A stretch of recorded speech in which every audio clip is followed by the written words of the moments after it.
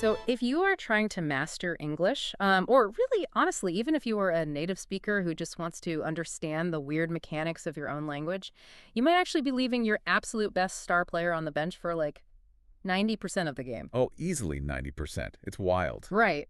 So today we are doing a deep dive into a really staggering linguistic statistic from our sources. Native English speakers use one specific, tiny three-letter word about 10 times more often than language learners do. 10 times. Let that sink in. Exactly. Which means, if you were listening to this and you're learning English, you are probably only using this word about 10% as much as you actually should be if you want to sound natural. We are dedicating this entire deep dive to the word get.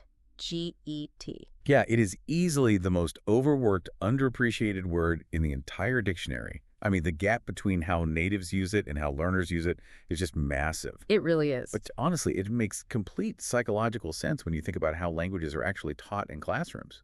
Right, because if you're trying to perfect your English, you've probably felt like relying on a tiny basic word is, well, it feels like cheating. Oh, absolutely. It Yeah. feels like you're taking a shortcut. Yeah, you spend years memorizing these huge vocabulary lists. You learn words like acquire, comprehend, arrive, become, and those words feel, I don't know, substantial. They carry weight. Exactly. So you look at a simple syllable like get, and you just think, there is no way this one vague little sound can possibly mean all the things people say it means. Right. It feels unserious. It feels like lazy English. Because, most textbooks, they push you toward precision. They want you to use the highly specific verb for the highly specific action. Because that's how you pass the test. Exactly. But the reality of everyday communication is that precision is not always the ultimate goal. Connection and fluidity are usually the actual goals. Right. And while those heavier multisyllable words are perfectly correct in a grammatical sense, they often just carry way too much weight for a casual chat. Yeah, I read this great comparison in the source material earlier that really drove this home for me. Imagine you're having coffee with a friend, right? And you're complaining about a frustrating morning commute, and you say, I became very annoyed.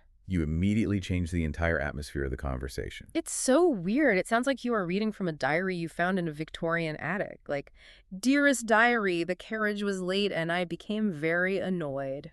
Yeah, nobody actually No. talks like that when they're venting about traffic. No, the natural invisible phrase is just, I got really annoyed. And that is the core reality we really have to embrace here. Using get is not a shortcut, and it is certainly not a bad habit. It is the actual structural word that people use to navigate their daily lives. Well, and we should be clear about context, right? Oh, for sure. Context is everything. If you are drafting a formal corporate report or writing an academic thesis, you absolutely want to lean on words like receive or arrive. Make yourself sound fancy. Exactly. But the moment you switch to a text message, an informal email, or just a verbal conversation, choosing the fancier word actually makes you sound less fluent. Okay, so if we need to stop avoiding it, we really need to figure out how it actually works.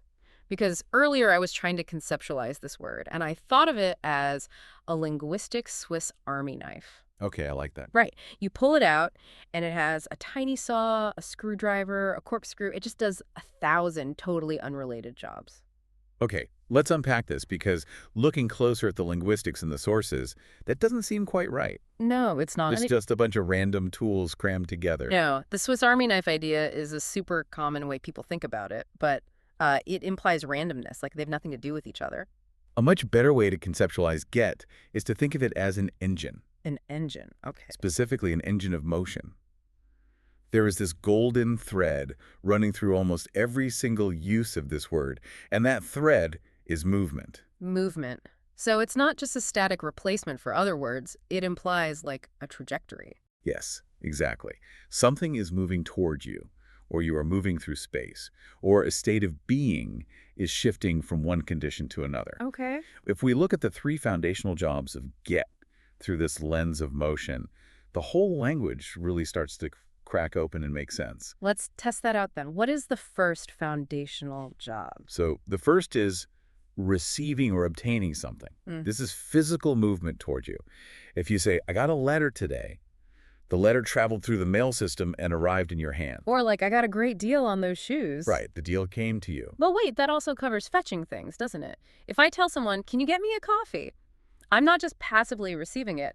I'm asking them to initiate a whole sequence of movements, right? Absolutely. Like walk to the counter, acquire the cup, and bring it back to my physical location. That's a really great distinction. Fetching is just a two-way journey of obtaining. You send the motion out to bring the object back. Okay, that makes sense. Then the second foundational job is a bit more direct. It's arriving. This is your own physical movement through space. In casual speech, native speakers rarely say, I arrived at my house. Right, they say, I got home. Exactly. Or, I got to work late. Because arrive sounds so final, like a train pulling into a station at the end of a long journey. Yes, very dramatic. Getting somewhere feels more active, like you're describing the actual accomplishment of navigating the route. Even with flights, we ask, what time does your flight get in? We don't say, what time does your aircraft arrive, unless, we are the pilot making an announcement. Right, because the focus is entirely on the motion of reaching the destination. Yeah. So we have movement of an object to you and movement of you to a place. The third job is where it gets slightly more abstract, but it's arguably the most important. Okay, what is it? The third movement is become. This is a movement in state, a transformation. So an emotional or physical shift. Yes. Get is the absolute engine of change in English. You aren't just suddenly freezing cold, you are getting cold. You are getting tired. The weather is getting better. Oh, I see. You are traveling along a spectrum from one condition into another. It describes the slope of the change, not just the final result. Hey, I want to pause and pressure test this become rule for a second. Sure, go for it. Because if get is the universal engine of change, what happens when we talk about professions? Can I say, he got a doctor to mean he became a doctor? Okay. And you have just walked into one of the most classic traps for language learners from our Mistake Lab section. I figured there was a catch. There is. This is a crucial mechanical limit to the rule. You cannot use get with a noun to describe a professional role or a permanent identity shift. Because if I say he got a doctor, people are going to think he went to a hospital and fetched one. Exactly. It instantly reverts back to the first job we talked about, obtaining or fetching. Your listener will assume someone is injured. Oh, wow. For the concept of become, the rule is very specific. Get works beautifully with adjectives. You get tired, get angry, get hungry, get sick. Adjectives describe states you can drift in and out of. Right. Temporary things. But for nouns like a doctor, a teacher, an engineer, you have to stick with the formal word become. She became an engineer. He became a teacher. That makes a lot of sense. An adjective is a temporary state you move through, but a noun is a solid destination. Exactly. Okay, so we have physical movement, we have spatial movement, and we have changing temperatures or moods. Let's push this motion idea further. How does this apply to invisible things, like human interaction and complex thought? It scales up perfectly, actually. Yeah. Let's look at the concept of understanding. Linguists sometimes call this the light bulb get. When you suddenly understand a complex idea, what is actually happening in your head? I guess the idea is finally moving into my brain and clicking into place. Exactly. The obstacle has been cleared and the knowledge has moved in. That's why we say, oh, I get it now. Or, she just didn't get the joke. Oh, that is so true. But there is one specific variation of this that the sources highlight as perhaps the most powerful conversational tool you can keep in your back pocket. It's the phrase, I totally get that. Oh man, I use that constantly. But I've never really thought about why it works so well. It works because it does emotional double duty. It isn't just about intellectual comprehension. It bridges the gap between understanding and empathy. How so? Well, think about the alternative. If a friend comes to you and vents about a terrible, exhausting day at work, and you reply, I understand your situation. Oh, wow. That sounds terrible. Right. I understand your situation sounds like an automated email from an airline that just lost my luggage. It is so cold. It's extremely clinical. It basically says, I have processed your data. Mm-hmm. But when you say, I totally get that, you are signaling something much warmer. You are saying, I heard your words, the emotional reality of your situation has moved into my mind, and I feel the weight of it with you. Wow. It is deeply validating. It really is. It's the difference between observing someone's problem from afar and, like, stepping into the problem with them. Okay, so we have ideas moving into our minds. What about trying to move someone else's mind, like persuasion? That is another massive abstract category.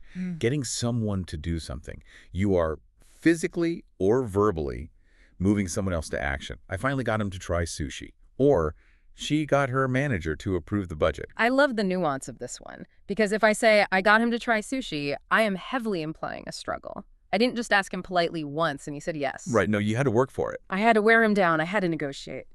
And you're hitting on the core psychology there. Hmm. The grammar itself acknowledges the friction of human interaction.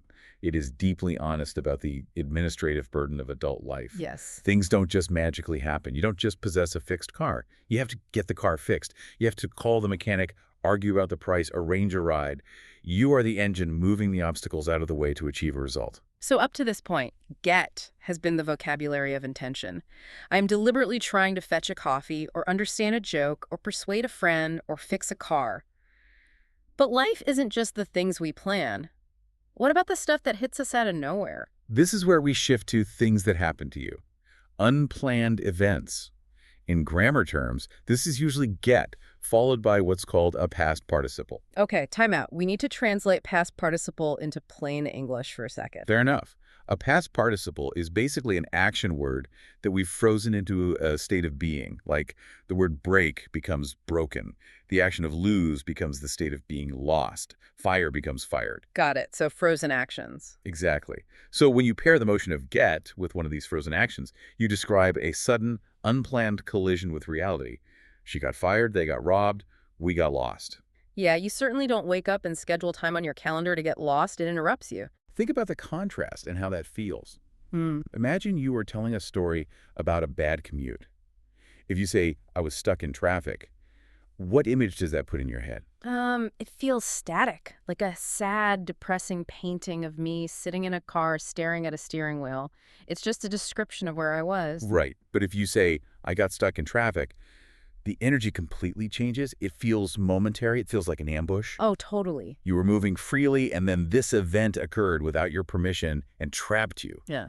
The word get injects that feeling of sudden movement, even when the result is being entirely physically trapped. Which is fascinating, but if unplanned events aren't chaotic enough, we have to talk about the absolute wild west of the English language, the extended family of this word, phrasal verbs. Ah, yes.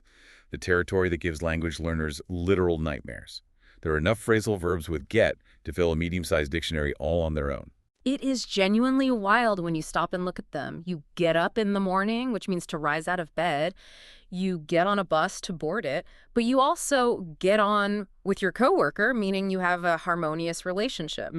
You get off work when your shift ends. You get away with a crime if the police don't catch you. But the one that absolutely breaks my brain is get over. Okay, let's unpack the mechanics of that one. Okay, so I have a terrible case of the flu. It takes me a solid week to get over it. I recover. My body beats the virus. But if I go to the theater and see an incredible, mind-blowing movie, I might walk out and say, I cannot get over how good that film was. Right. Meaning, I am completely amazed. How is a learner supposed to keep that straight? Recovering from a respiratory virus versus being profoundly moved by cinema. It does seem like a cruel trick to play on a learner, but it actually reveals a very elegant system if you know how to look at it. The secret is that you cannot look at the word get by itself in these phrases. It's a chameleon. The entire meaning is shaped by the little directional tag attached to the end of it, words like up, on, off, or over. Linguists call these particles. So the little directional tag is actually doing all the heavy lifting. Yes. Think back to our engine metaphor. Get is just the foot on the gas pedal. It provides the raw forward motion. But the directional tag, the over or the away, is the steering wheel. It holds the DNA of the phrase and tells the car where to go. Okay, apply that to the flu in the movie. Where's the car going? Well, in both cases, the word over implies an obstacle in your path. When you have the flu, the virus is a physical obstacle blocking you from normal life. Your health slowly moves over the obstacle and you leave it behind. You recover. I climb over the wall of sickness. Now, apply that to the movie. The cinematic experience was so incredible, so massive, that it is sitting in your brain like a giant wall. Your mind literally cannot move past or move over the thought of it. Oh, wow. You keep running into it, therefore you can't get over it. That is brilliant. The literal translation is exactly the same, moving across an obstacle. It just changes whether the obstacle is a bad virus or a good piece of art. It all comes back to motion. Exactly. Once you see the directional tag as the steering wheel, phrasal verbs stop being a random list to memorize and start becoming logical, visual metaphors. I love that. Okay, to prove just how invisible and ubiquitous all these rules are in daily life, I want to try a little experiment from the sources. I'm going to just tell you the story of a hypothetical Tuesday morning, and I want you to point out how much heavy lifting this one word is doing. I am ready. Walk me through your Tuesday. All right. The alarm goes off. I get up out of bed. I get dressed in the dark. I grab my keys. I get in the car, and I get to work. First thing I do, I get a coffee from the break room. Then I sit down and get an email from my boss that I really don't want to read. Naturally. But I get through it, and eventually 5 o'clock rolls around, and I get off work. I get home, I get dinner sorted out, and I get ready to do it all again. It's relentless. I counted 11 different uses of the word in about 30 seconds. And you transition seamlessly between fetching, arriving, changing states, surviving obstacles, and receiving information. And none of it sounded weird or forced. Not in the slightest. Because that genuinely is how a native speaker describes a day. Think about the alternative. If you tried to purge get from that story, you'd have to say, I rose from bed, I clothed myself, I entered my vehicle, I arrived at my place of employment, I procured a beverage, I received an electronic correspondence. I sound like an alien trying to blend in with human society. Exactly. You sound grammatically flawless, but conversationally bizarre. Oh. However, as with any incredibly versatile tool, there are ways to accidentally cause some damage. We should talk about the pitfalls. Right. Because when you use a word this much, the margins for error can be tricky. Let's go into the mistake lab then. What is the first trap people fall into? The first major trap is confusing got with have got. This usually happens when people are trying to express obligation. Imagine you are at a crowded party, it's getting late, and you look at your watch. I'd probably just say, oh man, I gotta go. Right. In really informal, sloppy, rapid-fire speech, native speakers drop words all the time. They use I gotta go to mean I have to leave. But for a learner, or in slightly clearer speech, this is dangerous territory. Why is that? Because got to can easily be confused with the arrival meaning we discussed earlier. Ah, like I got to the party. Exactly. If you just say, I gotta go, someone might mishear you and think you are announcing your arrival to the act of going. That's super confusing. It is. The much safer, clearer bet, especially in writing or if you want to avoid ambiguity, is to say, I've gotta go, making sure you hear that found, or simply, I have to go. You don't want people thinking you're just showing up when you're actually trying to escape. That is a subtle but massive difference. What about the geographical trap? Because I know this causes endless arguments online. The great divide between British English and American English. Got versus gotten. Oh yeah, this trips up so many people, especially because we consume so much media from both sides of the Atlantic now. In British English, got is generally used as the frozen state, the past participle. They would say, I have got a promotion. Okay. But in American English, the older form gotten survived and is widely used for that same function. America would say, I have gotten a promotion. So if I'm learning which one is actually correct. They're both completely 100% correct in their respective regions. The golden rule here is not about right or wrong. It is entirely about consistency. Just pick one. Exactly. Pick the variety of English you are naturally surrounded by, or the one you're aiming for, and just stick to it. Don't mix and match British and American rules in the same sentence, or you'll sound incredibly confused. Pick a lane and stay in it. That makes sense. What's the final pitfall? The final trap brings us back to those directional tags, the prepositions. Native speakers naturally connect these, but learners sometimes drop them. For example, someone might say, I don't get along with my colleague. Oh, yeah. The bridge is completely out there. Exactly. It's missing the vital connective tissue. You need the with. You get along with someone. Phrasal verbs are highly delicate ecosystems. You have the engine, the steering wheel, and the bridge. If you drop the preposition, the whole mechanical structure collapses, and the listener has to guess what you mean. You really have to respect the structural integrity of the phrase. Okay, we have covered a massive amount of ground today. We've talked about fetching, arriving, becoming, overcoming obstacles, and surviving morning commutes. Let's bring it all home. The big takeaway here is that trying to impress people by replacing get with fancier multi-syllable textbook words is actually working against you. If you are a learner or just someone fascinated by how we communicate, you have to recognize that get is alive. It is the true beating heart of real conversational English. It really is. It is the sound of life actually happening in real time with all its friction and sudden changes. So here is my call to action for you listening to this right now.